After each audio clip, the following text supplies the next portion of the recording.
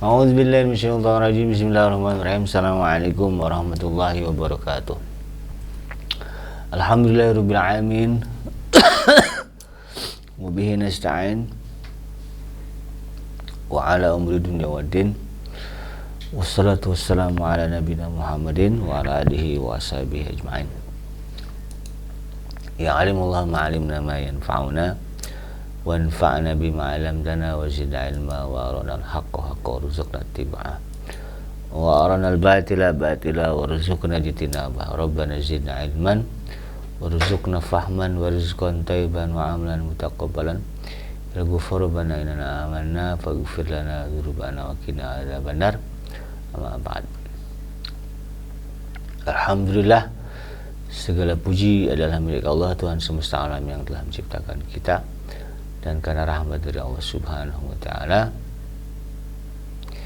kita kembali berjumpa ya di channel Dream TV dalam program Keluarga Muslim ya, di mana insyaallah kita akan belajar tentang bagaimana ya mewujudkan rumah tangga yang sakinah, mawaddah dan warahmah.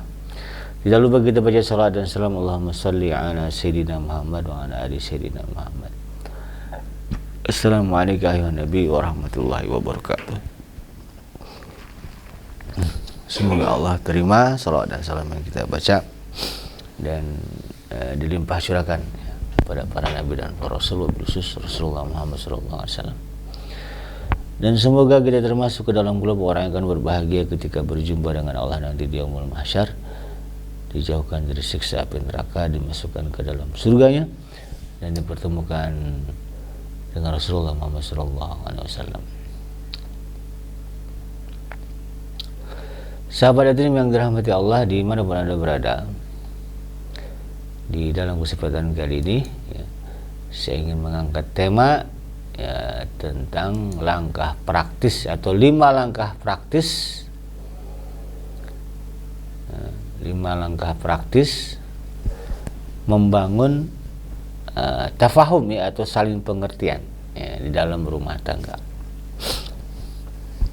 ya. Dalam ajaran Islam ya, membangun sifat saling pengertian atau tafahum ya, itu adalah pondasi ya, pondasi utama untuk mencapai keluarga yang sakinah, mawaddah, warahmah. Karena di dalam Islam pernikahan bukan sekedar ikatan hukum ya, bukan bicara legalitas doang gitu ya. Tapi pernikahan adalah mitsaqan ghalidha ya, perjanjian yang kokoh. Ya, kalau sudah nikah ya, kuat itu. Ya, ikatannya kuat. Bahkan saking kuatnya ikatan pernikahan ya, seorang wanita yang kalau sudah statusnya menjadi istri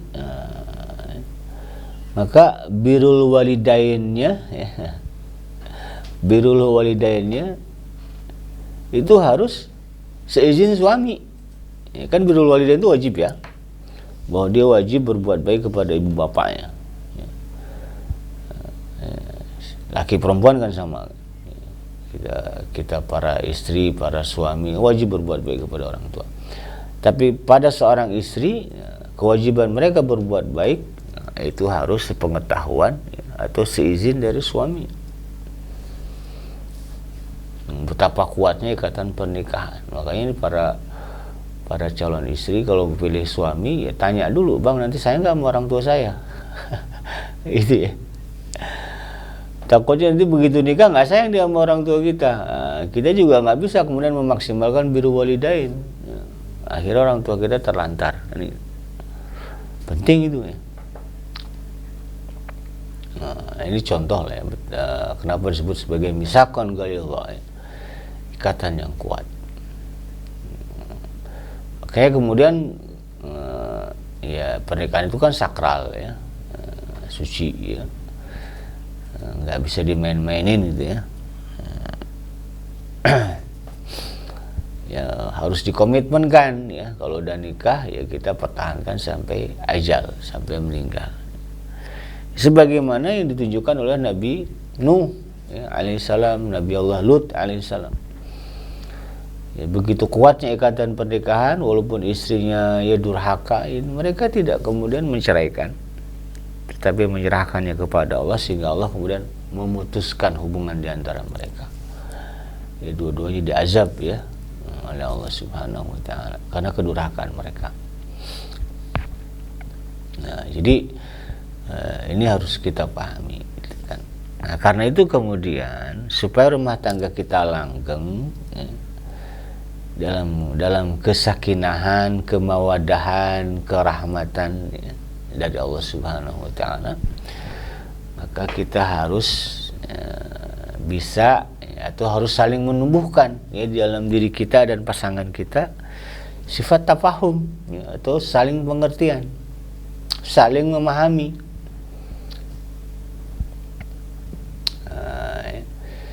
Jangan kemudian sifat ini tidak hidup, tidak muncul, tidak ada, atau sebelah aja tuh yang punya sifat ini hanya suaminya misalnya, istrinya nggak punya.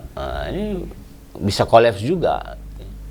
Atau yang bisa memahami situasi atau yang punya sifat yang bisa saling mengerti, bukan saling ya, istrinya bisa paham tentang suaminya tapi suami nggak bisa paham, ini juga kacau. Jadi yang bagus gimana? Dua-duanya, suami istri punya sifat berusaha untuk memahami masing-masing ya, tafahum, sehingga kemudian ya, insya Allah bisa meredam gejolak. Kan setan kan memang selalu bikin gejolak tuh. Nah, kalau kita kemudian punya sifat tafahum, sifat saling mengerti, saling memahami, ya, insya Allah ya, kalau ada gejolak-gejolak bisa diredam.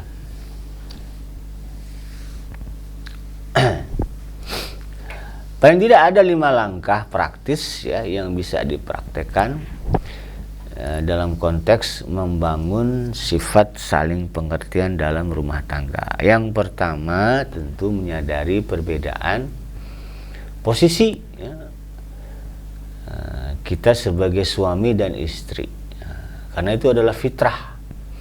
Kadang-kadang istri nggak paham ya perbedaan posisi, dia pikir sama aja. Kita tuh setara, nggak bisa gitu ya. Allah sendiri sudah menggariskan ya, ada perbedaan yang mendasar antara laki dan perempuan. Ya, dari fisik aja beda kan. Perempuan bisa hamil, laki-laki enggak. Jadi ekualitas itu atau kesetaraan itu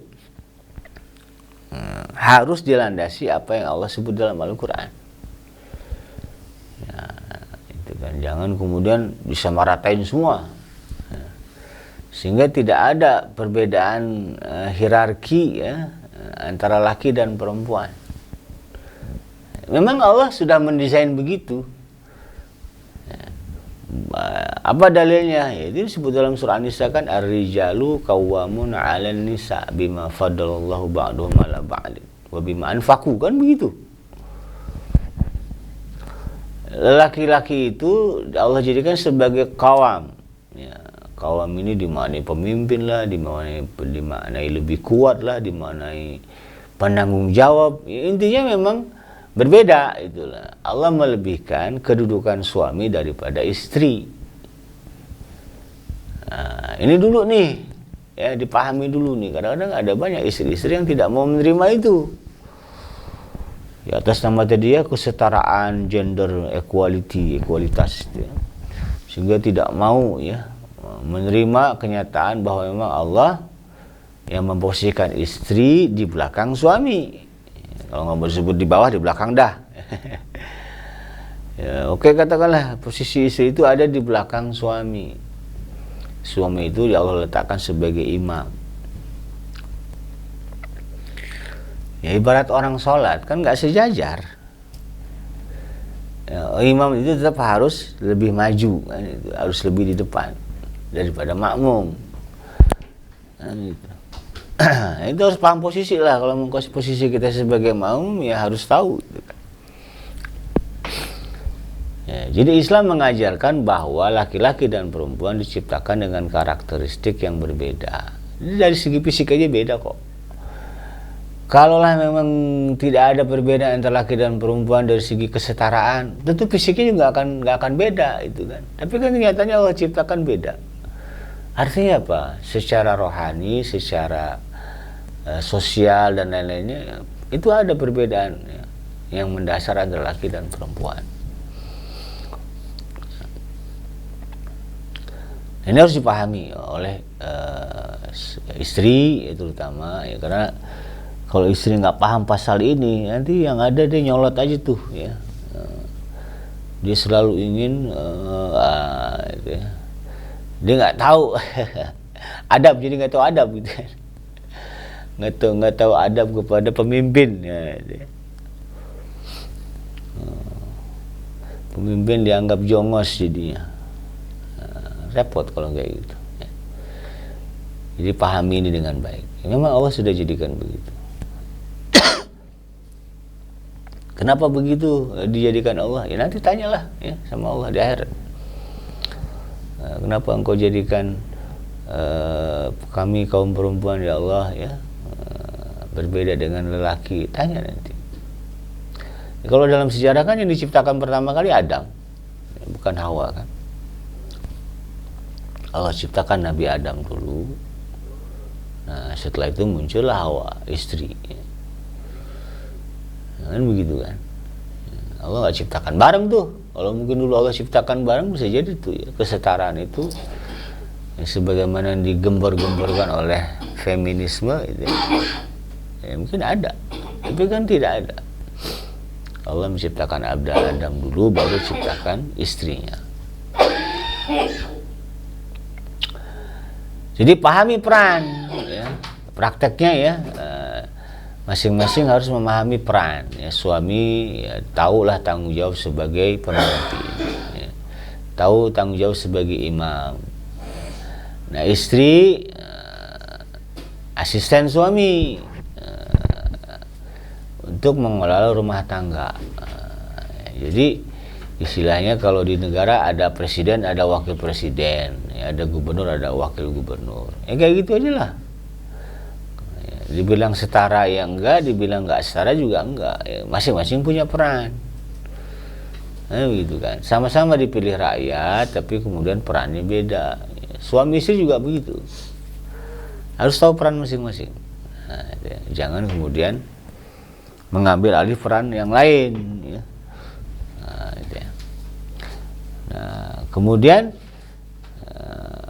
prakteknya ya apalagi ya terimalah kekurangan ya, kekurangan masing-masing gitu kan.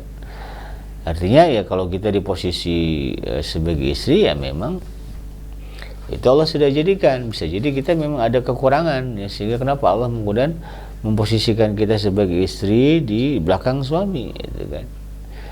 Dan suami juga harus sadar kenapa kemudian Allah jadikan istri sebagai pendamping. Berarti kan kita itu nggak super gitu ya. Kita tuh punya kekurangan ya, sebagai laki-laki sehingga dikasih pendamping. Kalau kita nggak punya kekurangan, hidup sendiri bisa. Tapi karena kita nggak bisa hidup sendiri, Allah jadikan pendamping istri perempuan. Nah, ini harus sadar juga gitu kan. Para lelaki gitu ya. Nah, itulah kekurangan kita. Ya, kita tidak bisa hidup tanpa wanita. Ya, terima itu. Nah, istri juga harus terima bahwa memang Allah memposisikan ya, istri itu ada di belakang suami. Nah, gitu ya. Nah, jadi gimana? Ya sudah, jangan saling membenci. Nah, ya. Dalam satu hadis ya Rasulullah SAW menyebutkan, ini hadisnya diriwayatkan oleh Imam Bukhari kan, ya, Imam Bukhari dan Imam Muslim ya. Imam Muslim ya. Bunyinya an Abi Hurairah radhiyallahu anhu qala Rasulullah sallallahu alaihi wasallam la yafraq mu'minun mu'minah in kariha minha khuluqan radiya minha akhar. Ya. Janganlah seorang laki-laki mukmin membenci wanita yang mukminah. Ini konteksnya kalau kita tarik ke dalam keluarga, suami jangan benci kepada istri. Nah, ya, gitu kan. In kariha minha ya, khuluqan, kalau memang ada yang dia nggak suka dari akhlak istrinya ini, ya ada yang nggak suka nih dari perangai istrinya, kata Rasulullah SAW, supaya kita nggak benci gimana? Ya, Rasulullah katakan apa? Radiya minha akhar, maka sukailah ya perangainya yang lain, ya gitu loh. Saya nggak suka nih dia cerewet, ya sukailah yang lain. Apa? Mungkin kecantikannya, mungkin kedermawanannya, mungkin perhatian kepada kita, mungkin juga kesabarannya, mungkin kemampuannya mengelola keuangan. Ya sukai itu. Yang kita lihat itu aja. Yang nggak kita suka tuh cerewetnya misalnya, suka menggarisbawahi ya, perfeksionisnya gitu. Itu jangan dipandang, kata Rasulullah SAW. Pandanglah apa yang kita sukai dari dia. Kan istilahnya gini loh, saya suka selalu mengingatkan,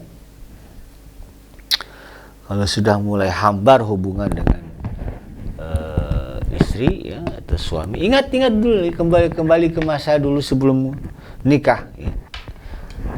Ingat lagi apa yang menyebabkan kita, ya Anda para suami memilih dia ya, sebagai istri kita. Alasannya apa? Tentu ada yang kita suka dari dia. Nah, itu ya. Selain tentu mungkin penampilan wajahnya atau kecantikannya, tentu ada yang lain. Nah, ingat itu. Termasuk para istri ketika kemudian dia mulai nggak suka dengan suami. Coba ingat lagi, kenapa dulu mau menerima ya pinangan dari suami. Tentu ada yang kita suka dari dia. Ya lain halnya kalau dipaksa. Makanya pemaksaan di dalam Islam untuk menikah itu dilarang, haram ya. Orang tua tidak boleh memaksa anak perempuannya menikah dengan seorang laki-laki. Itu hukumnya haram. Ya. Jadi laki perempuan tidak boleh dipaksa. Kalau ada ini dosa gitu ya. Ini harus dipahami. Langkah yang kedua ya, bangun komunikasi yang santun ya, atau komunikasi yang ma'ruf ya. Supaya kita bisa saling memahami dan mengerti ya. Mulai dari cara berkomunikasi ya, tadi sudah tuh yang pertama kan, sadar posisi lah ya, saya istri memang Allah jadikan sebagai makmum gitu kan, pahami aja itu. Saya melengkapi kekurangan suami, pahami itu aja ya. Jangan pengen jadi raja di rumah, jangan. Raja ya di rumah itu suami. Ya, udah, kita perempuan nggak usah lah ya. Pengen jadi raja. Ya, itu tuh harus paham. Yang kedua, itu tadi bangunlah komunikasi yang ma'ruf, yang santun. Ya, agar kemudian kita bisa tahu apa yang sebetulnya diinginkan dan dirasakan oleh masing-masing. Kalau komunikasi yang kita pakai bukan komunikasi yang santun, yang muncul nanti sakit hati, yang muncul nanti amarah, yang muncul nanti ketersinggungan, sehingga nggak jadi tuh ya, untuk masuk lebih dalam tuh nggak bisa. Karena baru ngomong aja udah emosi, istrinya ngomong seret gitu, suaminya sakit hati, akhirnya nggak jadi tuh ya, tadinya pengen tahu sebetulnya apa yang dirasakan oleh suami, yang muncul maka kemudian dua-duanya, istri dan suami, harus belajar cara berkomunikasi. Langkahnya gimana? Yang pertama, saling mendengar. Biasakan kita dengerin dulu orang ngomong. Allah tuh kasih mulut satu, kuping dua. Artinya apa? Mendengar harus lebih banyak daripada ngomong. Kita harus lebih banyak mendengar daripada kemudian kita berbicara. Belajar untuk kemudian berusaha untuk mendengarkan dulu ya, apa yang diucapkan oleh pasangan kita sampai tuntas. Ya, kemudian cari waktu yang tepat ya, jangan lagi sibuk-sibuk lagi apa ngomong urusan rumah tangga, jangan. Cari waktu yang tepat. lagi stres suami ngurusin kerjaan, jangan bawa-bawa urusan rumah tangga, jangan konfirmasi tentang siapa nih perempuan, istri selingkuhan abangmu, jangan ya. Tunggu situasinya ada tenang ya, damai, baru nanya gitu ya. Dan yang paling penting masing-masing harus bisa ya, apa yang Allah katakan sebagai qaulal layyina. Ini qaulal layyina ini Allah perintahkan kepada Nabi Musa untuk berdakwah kepada menghadapi Firaun. Wa qul lahu qaulal layyina. Dan ucapkanlah kepadanya ucapan ya, kalimat yang layyin, lembut. Nabi Musa aja disuruh berdakwah kepada Firaun, Allah suruh berbicara dengan bahasa, dengan kata-kata yang lembut. Apalagi kita dengan suami, kita dengan istri. Mereka lebih berhak lagi. Istri kita, suami kita bukan Firaun. Maka tentu kita harus lebih bisa lagi berkata dengan lembut. Jangan meninggikan suara. Walaupun sudah jadi bawaan kita. Mungkin kan beda ya, kita kadang wilayah menentukan ya, orang Sumatera itu kalau ngomong tinggi gitu ya. Kalau orang Sunda, Jawa cenderung lembut gitu. Ya, kalau udah bawaan gitu tetaplah berjuang, berusaha ya untuk kemudian merendahkan, melembutkan nada bicara. Apalagi suami jelas-jelas nggak suka kalau istrinya ngomong melengking tinggi, nada tinggi. Belajar, wajiban itu ya. Jangan kemudian merasa inilah saya, nggak bisa begitu. Kita kalau sendiri nggak apa-apa lah, tinggal sendiri. Kalau udah jatuhnya sebagai istri, jatuhnya sebagai suami, hidup berdua, berkeluarga, tidak bisa lagi kita mempertahankan prinsip inilah saya, nggak bisa begitu. Tapi kita harus belajar berubah, menyesuaikan diri, hidup bersama dengan orang lain. Kalau nggak bisa jangan nikah, gitu ya. Oh, nikah juga nggak wajib kan begitu. Nah, makanya kemudian ya, semuanya harus bisa menyesuaikan diri. Suami ya dulu zaman bujang ngomong suka keras, serampangan. Begitu udah punya istri nggak suka ya, suami ngomong kasar, keras. Maka belajarlah berbicara yang lembut kepada istri. Nah, istri juga sama lah. Gitu ya. Nah, ini karena perintah qaulal layyina itu ada dalam Al-Quran. Yang ketiga langkahnya adalah ya, mengedepankan sangka baik di dalam menjalani kehidupan, atau bahasa lainnya saling memberi uzur. Ya. Jadi ketika misalnya kita merasa sesuatu yang agak beda nih ya dari suami atau istri kita, nah maka kedepankanlah dulu ya, uzur ya, atau prasangka. Ya. Jadi jangan kemudian yang dimunculkan apa? Ya, buruk sangka, tapi kedepankan baik sangka. Misalnya tumben istri saya ini saya pulang kok nggak disambut ya. Ya, dia di kamar aja gitu kan. Nah, kita baik sangka dulu. Biasanya begitu, assalamualaikum, dibukakan pintu, istri sambut. Sekarang assalamualaikum, nggak ada yang nyambut, buka pintu ya nggak ada istri. Jangan buruk sangka dulu. Oh jangan-jangan dia selingkuh, jangan-jangan dia ngerumpi di rumah, macam-macam. Sangka baik dulu. Oh mungkin dia lagi di toilet, oh mungkin dia lagi di dapur, oh mungkin dia lagi nyusuin anak. Itu dulu mikirnya. Jangan mikirin wah lagi di rumah tetangga nih, jangan begitu dulu. Nah, jadi biasakan untuk memberikan uzur atau berprasangka baik. Ya. Karena kalau kita bicara zan ya, dalam surah Al-Hujurat kan inna ba'da dzanni ismun, karena sebagian besar dari prasangka itu dosa. Jadi gimana? Ya supaya prasangka itu nggak jadi dosa, yang kita kedepankan adalah sangka baik ya, atau katakanlah uzur ya atau alasan. Sehingga dalam Islam itu kita diajarkan untuk mencari 70 alasan atau uzur atas kesalahan saudara kita. Ya, jadi di apa namanya dicari lah ya, alasan-alasan yang kemudian yang lebih mengedepankan sangka baik kepada pasangan kita. Jadi jangan begitu ada apa-apa yang muncul ya, itu yang buruk-buruk pikiran, nggak boleh. Suami telat pulang, jangan mikirin wah dia main cewek nih, dia nongkrong di tempat di warung, di kafe. Jangan begitu dulu, coba pikir ya. Kedepankan prasangka baik. Oh, mungkin motornya mogok, kehabisan bensin di jalan, nggak ada duit karena duitnya diambil sama dia, sama istrinya gitu ya. Akhirnya dorong motor jauh, ya nggak ketemu ATM, atau mungkin bisa jadi dia dipanggil bosnya. Yang baik-baik aja lah. Oh ternyata bikinnya nggak begitu, dia memang nggak selingkuh. Ketika kita bersangka baik karena Allah dan dikhianati oleh suami, nggak usah pusing. Allah akan membalasnya. Allah akan membalas. Dan Allah kalau udah balas dahsyat. Nah gitu aja. Mikirnya, ya, nggak usah macam-macam. Oh dia percuma saya baik sangka pada dia, memang orang jahat. Biarin aja. Allah kan tahu kan. Ya. Lagian kenapa pakai nikah sama dia? Udah tahu dia jahat itu. Ditipu apa Kenji? Ya, makanya jangan ditipu, jangan mau ditipu dong. Ya. Cek benar-benar ya kalau mau nikah. Ya.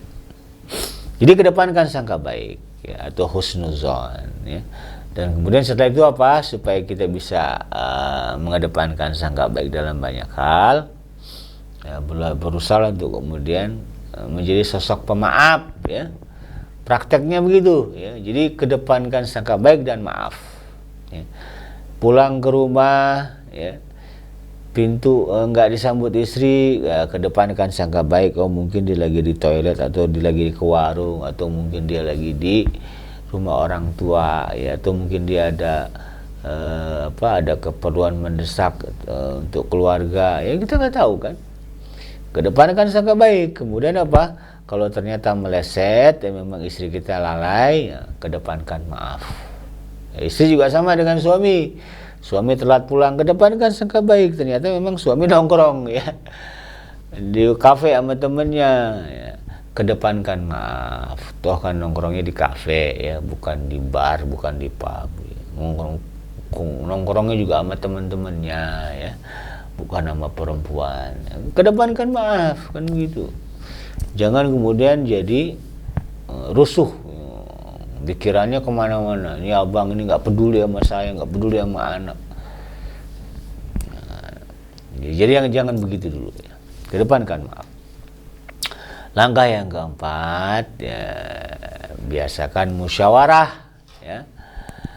Ya, musyawarah di dalam rumah tangga ya, dalam Al-Qur'an, dalam surah Al-Baqarah misalnya kan ya, disebutkan ya, kalau kita mau nyapih pun itu dibuat musyawarah dulu ya.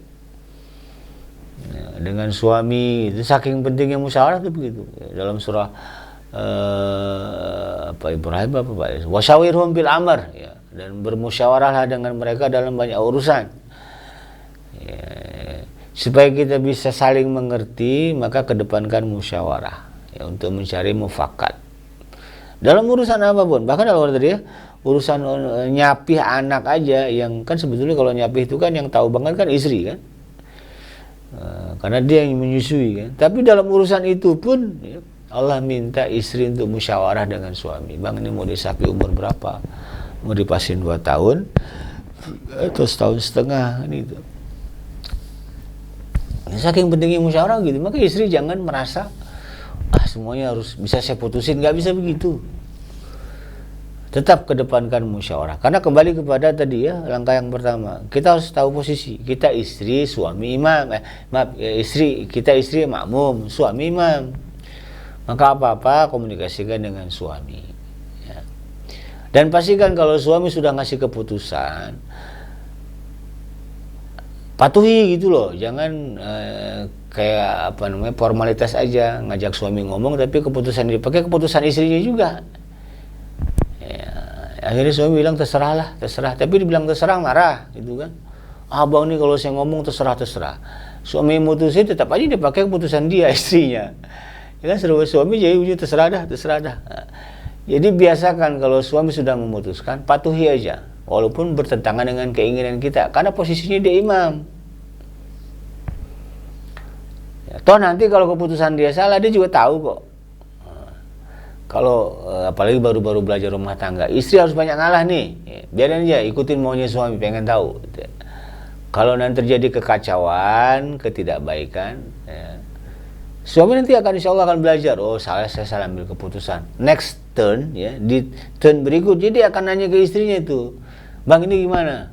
Nah, dimikir aja kan, nah, kemarin ngambil keputusan salah, dia akan tanya tuh, kalau menurut kamu gimana dek, nah, kira-kira bagusnya gimana. Nah, nanti ada musyawarah begitu. Dia harus paham ya para istri. Jangan kemudian meremehkan suami. Saya kalau ngikutin maunya suami kacau, nggak bisa begitu. Tetap dia diposisikan Allah sebagai imam kita. Maka ikutilah apa yang menjadi keputusan dia. Kalau mau dibantah, wajadilhum billati hiya ahsan. Ya kan gitu ya. Ya, bantahlah dengan cara yang baik. Yang nggak bikin suami tersinggung. Bang, saya tahu abang sebetulnya seneng, maunya abang ini anak kita ini masuk SMA, saya tahu bang, cuman kan abang harus pikir deh, SMA itu pergaulan yang kayak begini misalnya, itu kan di kampung kita ya, bukan di semua ya, udah gitu posisi SMA nya juga jauh, gimana kalau kita masukin ke Aliyah aja, madrasah ini kan dekat dari rumah kita, gini. Kasih pertimbangan-pertimbangan dengan cara yang baik ya, bukan kemudian nggak bisa, pokoknya anak kita masuk, kayak gitu, itu salah ya. Itu nggak boleh terjadi. Dan langkah yang terakhir ya, jadikanlah Rasulullah sebagai teladan di dalam menjalani rumah tangga, romantisme rumah tangga. Jadi teladani romantisme Rasulullah di dalam rumah tangga. Kalau dalam Al-Quran disebutkan, Qul in kuntum tuhibbunallah fattabi'uni yuhibbukumullah wa yaghfir lakum dzunubakum. Ya, katakanlah Muhammad kepada umatmu, ya, jika engkau mencintai Allah, fattabi'uni, maka ikuti aku, ikuti Rasul maksudnya. Yuhibbukumullah, Allah pasti akan mencintai kalian. Wa yaghfir lakum dzunubakum, bahkan Allah akan mengampuni dosa-dosa kalian. Jadi kalau kita ingin rumah tangga kita sakinah, mawadah dan warahmah, kuncinya apa? Ya salah satunya ikuti Rasulullah. Bagaimana Rasulullah berumah tangga, begitulah kita. Ya, teladan itu penting. Ya, makanya kemudian belajar ya tentang bagaimana Rasulullah bersikap terhadap para istri. Ya. Belajar juga bagaimana istri-istri Rasulullah ya bersikap kepada Rasulullah ya. Bacalah kisah Sayyidah Khadijah, itu yang paling masyhur ya. Karena Sayyidah Khadijah itu istri yang paling ya, ia berkesan di hati Rasulullah sallallahu alaihi wasallam. Ya. Gitu ya. Jadi setelah itu baru Sayyidah Aisyah. Sayyidah Aisyah itu sering cemburu kepada Sayyidah Khadijah. Memang istimewa. Belajar itu bagaimana akhlaknya Sayyidah Khadijah ya, di dalam berumah tangga, romantismenya seperti apa. Pelajari. Nah, nanti praktekkan kepada suami kita ya, supaya kemudian ya, suami kita juga mencintai kita sebagaimana Rasulullah mencintai Sayyidah Khadijah. Sudah wafat Sayyidah Khadijah, Rasulullah masih mengenang aja tuh. Ya, bahkan Rasulullah seneng ya kalau didatangi oleh sahabatnya Sayyidah Khadijah. Setelah Sayyidah Khadijah wafat itu datang sahabat. Rasulullah senang banget. Kenapa? Ditanya, kenapa engkau senang banget? Ini sahabatnya Khadijah. Ini terkenang, kan luar biasa. Belajar. Ya. Suami apalagi belajar bagaimana ya Rasulullah ya menjalani kehidupan rumah tangga. Di mana Rasulullah SAW dan istri-istri Rasulullah SAW itu apa? Ya, memiliki kepekaan. Ya, masing-masing Rasulullah peka dengan keinginan istrinya, istri Rasulullah juga peka dengan keinginan Rasulullah. Ya. Ada namanya Sayyidah Saudah, ya. Paling tua itu, ya, di antara istri-istri Rasulullah. Saking pekanya dia di akhir-akhir, ya. Kehidupan berumah tangga dengan Rasulullah wafat gitu. Sayyidah Saudah ini tahu ya kalau dirinya tidak semenarik lagi ya, seperti dulu, artinya sudah tua ya, badan juga udah besar gitu. secara fisik, secara seksual, secara fisik udah tidak menarik lagi ya untuk kemudian berbicara hubungan seksual. Tapi beliau ingin tetap berada di samping Rasulullah, menjadi istrinya. Gitu kan. Nanti dibangkitkan di hari kiamat sebagai istrinya Rasulullah. Maka atas dasar kepekaan itu, ya, dia tahu Rasulullah ini begitu mencintai Sayyidah Aisyah. Maka kemudian ya, beliau mengatakan kepada Rasulullah, wahai Rasulullah, jatahku ya, jatah harianku, maksudnya jatah ketemunya, jatah kunjungan Sayyidah Rasulullah kepada Sayyidah Khadijah ya, diberikan kepada Sayyidah Aisyah. Bagiku yang penting aku tetap menjadi istrimu. Nah, itu yang dia saking pekanya. Jadi tahu kenapa nih nggak ngasih ke yang lain gitu kan, mungkin kepada Sayyidah Zainab atau kepada Sayyidah Hafsah gitu kan. Tapi kenapa kepada Sayyidah Aisyah? Karena dia tahu. Berarti peka itu kan perasaan Sayyidah Saudah ini kepada Rasulullah sallallahu alaihi wasallam. Ya, belajarlah begitu. Ya. Makanya Sayyidah Saudah itu ya, setelah Rasulullah wafat, beliau yang pertama menyusul ya, dari istri-istri Rasulullah ya. Dan dimuliakan ya, oleh para sahabat ya, akhlaknya itu luar biasa. Ya, kemudian membiasakan untuk meringan tangan, membantu ya, membantu kesibukan pasangan. Jadi bagian dari romantisme Rasulullah itu, kalau udah di rumah, kata Sayyidah Aisyah, dia ngerjain aja apa yang ada di rumah itu. Ya, kalau ada kain kotor di rumah, jangan diam aja ya, masukin ke mesin cuci, rendamlah gitu kan. Kalau ada gosokan, gosok. Kalau bisa masak, masak gitu ya. Jadi jangan berpangku tangan, tapi bantu ya, kesibukan suami atau istri. Demikian sahabat Dream ya, mudah-mudahan bermanfaat. Yang benar datang dari Allah ya, yang salah semata-mata dari kealfaan dan kegelapan saya pribadi. Saya BKNG pamit undur. Hasbiyallahu la ilaha illa huwa alaihi tawakkaltu wa huwa rabbul arsyil azim. Subhanaka Allahumma rabbana wa bihamdika asyhadu an la ilaha illa anta astaghfiruka wa atubu ilaik. Walhamdulillahirabbil alamin. Wassalamualaikum warahmatullahi wabarakatuh.